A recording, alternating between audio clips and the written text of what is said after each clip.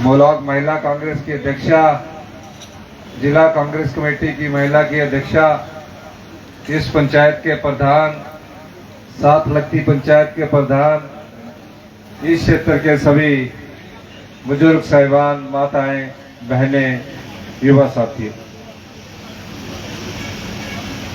तकरीबन 1.5 वर्ष पहले आपने हिमाचल प्रदेश में कांग्रेस की पार्टी की सरकार को आशीर्वाद दिया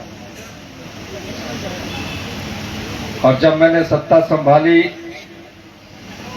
और अपने पहले बजट में मैंने ये फैसला किया कि 2026 तक हम हिमाचल प्रदेश को हरित राज्य के रूप में विकसित करेंगे और इस दृष्टि से हमने काम करना शुरू किया। जब मैं पहला बजट प्रस्तुत कर रहा था, उससे पहले हिमाचल प्रदेश में महज 5 मेगावाट सोलर पावर प्रोजेक्ट सरकारी उपक्रम द्वारा बनाया जा रहा था। लेकिन उसके बाद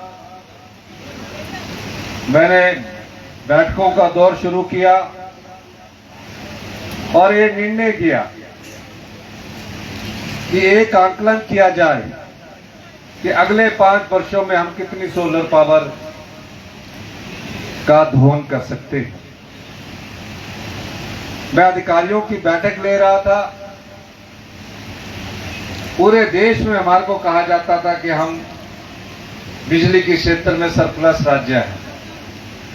मैं आपको बताना चाहूंगा, अक्टूबर के महीने से लेकर मार्च महीने तक हम बाहर से बिजली की खरीद करते हैं और ये उस समय के जो प्रचलित दरें होती है, मार्केट में जो रेट चला होता है, उसके आधार पर हम बोली करते हैं। मैंने सोचा कि हमें सर्दी में बिजली सस्ती मिलती होगी, लेकिन जब मैंने पूरा इसका अध्ययन किया तो 5 रुपए से लेकर 8 रुपए तक हम अक्टूबर से मार्च में ओपन मार्केट से बिजली खरीदकर अपनी जनता को देते, अपने उद्योगों को देते। इस दृष्टि से कैसे हिमाचल प्रदेश आत्मनिर्भर होगा? मैंने पूछा, हमारे इतने हाइड्रो प्रोजेक्ट है। उन्होंने कहा जो हाइड्रो प्रोजेक्ट आपके हैं, जो पानी से बिजली बनाने वाले प्रोजेक्ट आपके हैं, सर्दियों में जब पानी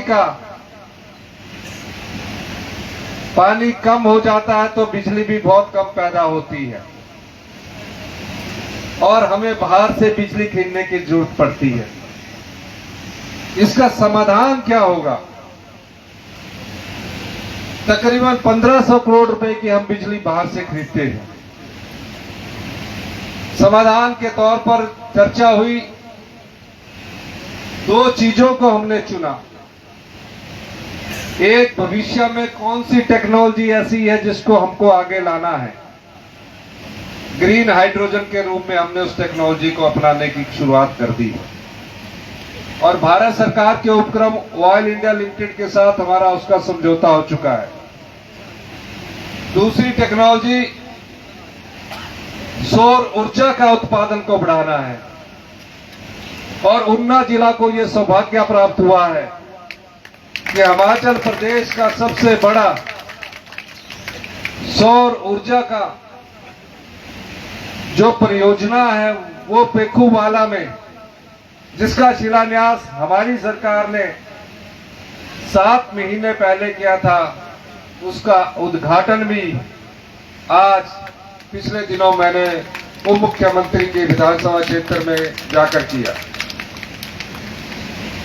तकरीबन 20 करोड़ रुपए की उससे आय होगी। विवेक शर्मा जी विधायक बने। विवेक शर्मा जी ने कहा 1 महीने के अंदर कोई ना कोई परियोजना का शिलान्यास होना चाहिए। और आज मैं अगलोर में 10 मेगावाट के सौर पावर परियोजना का शिलान्यास कर रहा हूं। निर्देश ये दिए गए हैं कि 3 महीने या 4 महीने के भीतर उसको पूरा करना है और इससे तकरीबन 8 करोड़ रुपए की आय हर साल होगी।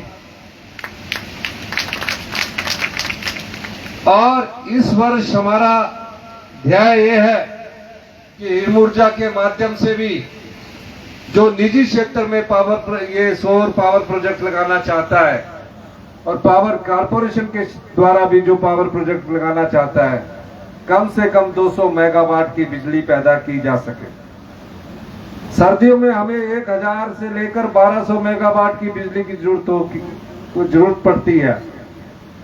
कि अगर ये 200 मेगावाट पैदा होगी तो हमारी कुछ बिजली जो हम बाजार से खरीदते हैं उस पर निर्भरता कम होगी।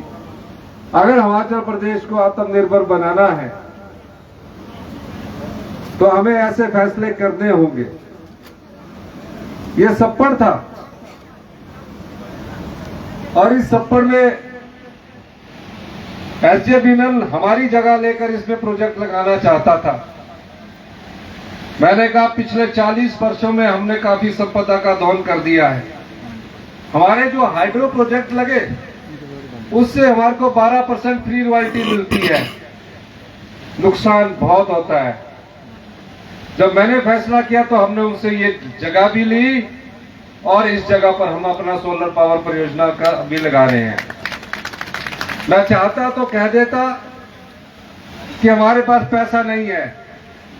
हमारी इच्छा शक्ति देखिए, मैंने कहा हम पैसे का इंतजाम भी करेंगे और हिमाचल प्रदेश की सरकार को आत्मनिर्भर की दिशा में भी आगे बढ़ेंगे। 4 महीने हमारे आपदा में बीत गए, 4 महीने हमारे ये राजनीतिक जो हलचल रही इसमें बीते और 17-18 महीने हुए हैं। 9 महीने में हमारी सरकार ने 40 मेगावाट बिजली पैदा कर दी है 6 महीने के भीतर। ये इच्छा शक्ति होती है। जयराम ठाकुर जी की सरकार 5 साल रही, आपकी संपदा को लुटाते रहे। हम आपकी संपदा को बचाने के लिए आए हैं और हमने देखिए हिमाचल के हित में फैसले किए हैं, हिमाचल की जनता के हित में फैसले किए हैं। 1,36,000 कर्मचारियों को केंद्र सरकार की अड़चनों के बावजूद भी, हमारी आर्थिक स्थिति ठीक ना होने के बावजूद भी हमने उन्हें ओल्ड पेंशन स्कीम से नवाजा ताकि वो अपना बुढ़ापा सुरक्षित कर सके। तकरीबन 1 साल में हमने 2200 करोड़ का राजस्व एकत्रित किया है। समाज के अंतिम व्यक्ति तक पहुंचने की हमने कोशिश की है।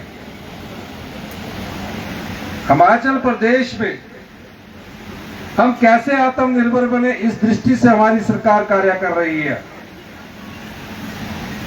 आज मैंने अपनी बहनों को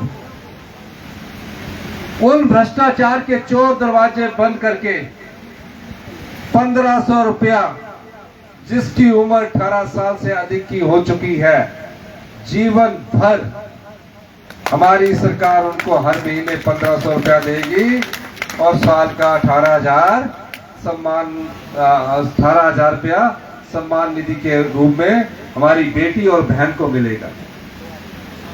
भारतीय जनता पार्टी की प्रधान किसान सम्मान निधि योजना में तो सिर्फ 6,000 रुपया मिलता है। ये किसका पैसा है? ये आप लोगों का पैसा है। हम लोग आपके परिवार से निकलकर मुख्यमंत्री की कुर्सी पर पहुंचे हैं, आपके दर्द को जानते हैं, आपके पीड़ा को समझते हैं, आपके दुख को हमारी सरकार बांटना चाहती है। लेकिन भारतीय जनता पार्टी की सरकार ने जिस राजनीतिक षड्यंत्र के तहत ऑपरेशन लोटस को अंजाम दिया, विधायकों की खरीद फरोख्त की, हिमाचल की जनता ने 6 उपचुनावों में उसका करारा जवाब दिया। 4 सीटें उन्होंने हमारे पक्ष में जीतकर हमारी झोली में डाली। आज हमारी पूर्ण बहुमत की सरकार है। 34 से हम 38 हो गए और अब 3 जगह उपचुनाव होने जा रहे हैं। ये इतिहास की एक ऐसी विडंबना है जो इतिहास के पन्नों में लिखी जाएगी। भविष्य में इतिहास के जब पन्ने पलटकर देखे जाएंगे तो इन 3 आजाद प्रत्याशियों से यह पूछा जाएगा कि जब आप देरा, हमीरपुर और नालागढ़ से विधानसभा का चुनाव लड़ रहे थे, देरा, हमीरपुर और नालागढ़ की जनता ने ना तो कांग्रेस के पक्ष में वोट दिया, ना भारतीय जनता पार्टी के पक्ष में वोट दिया। उन्होंने इन 3 आजाद प्रत्याशियों को चुनकर भेजा। उस समय कोई सरकार हमारी बनने वाली नहीं थी, 2022 की बात है। उन्होंने सोचा जिस भी पार्टी की सरकार बनेगी, ये 3 आजाद प्रत्याशी उनसे हमारे काम करवाएंगे। तीनों इंडिपेंडेंट विधायकों के मैंने काम किए। मेरे साथ बैठकर अपने काम तो करवाते ही थे निजी, लेकिन और भी कोई काम करवाना होता था मैं वो भी करता था। मेरे स्वभाव में है कि जो मेरे पास आ जाता है मैं उसका काम करने की कोशिश करता हूं, उसके साथ हाथ बटाने की कोशिश करता हूं। आज ये तीनों 3.5 साल के लिए फिर जो हमीरपुर, देरा और नालागढ़ की जनता के पास जा रहे हैं। यहां चुनाव खत्म हो गया। यहां बिके हुए प्रत्याशी को कुठराड़ की जनता ने बाहर का रास्ता दिखा दिया।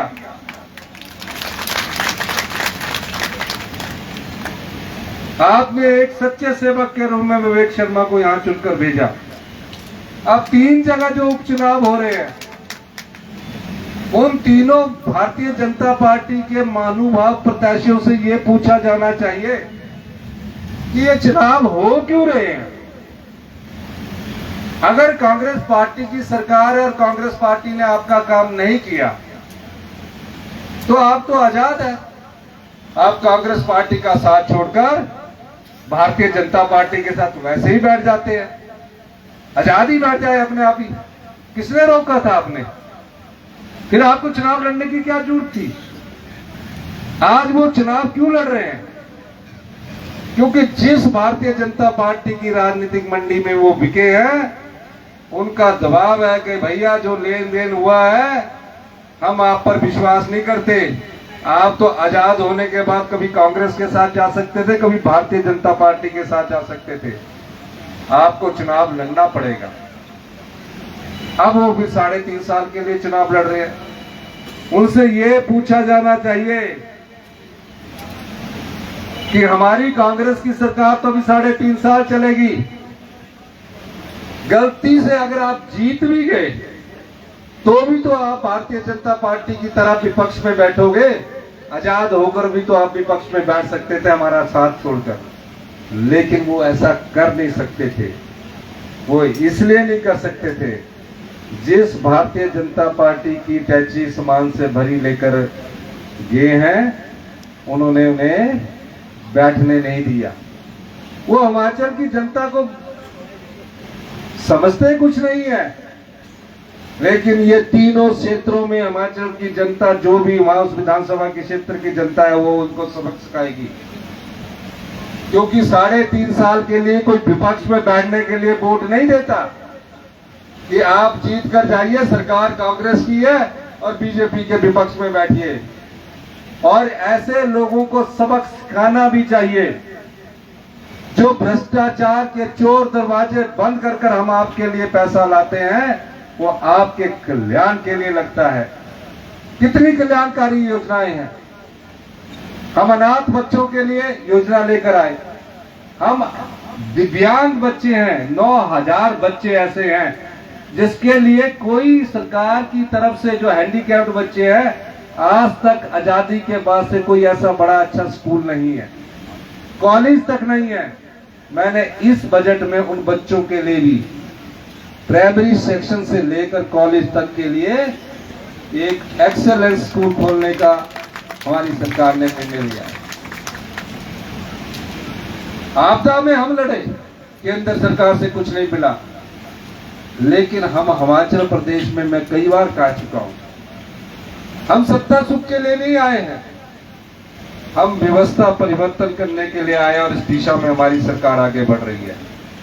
ये हमारे ही कारण है कि आज तपती धूप में मैं इस विधानसभा क्षेत्र में आया हूं, इस उद्देश्य से कि हिमाचल की जो जनता है, हिमाचल की जनता को हम ये जो सोलर परियोजना है इस क्षेत्र के लोगों को वो शिलान्यास करके इस क्षेत्र के विकास में एक महत्वपूर्ण भूमिका निभाएगी।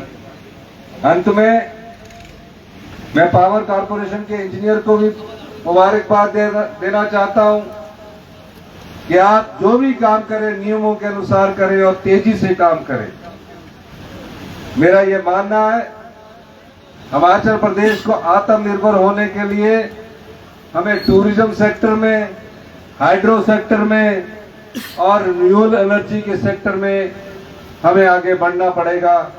इस दृष्टि से हमारी सरकार काम कर रही है।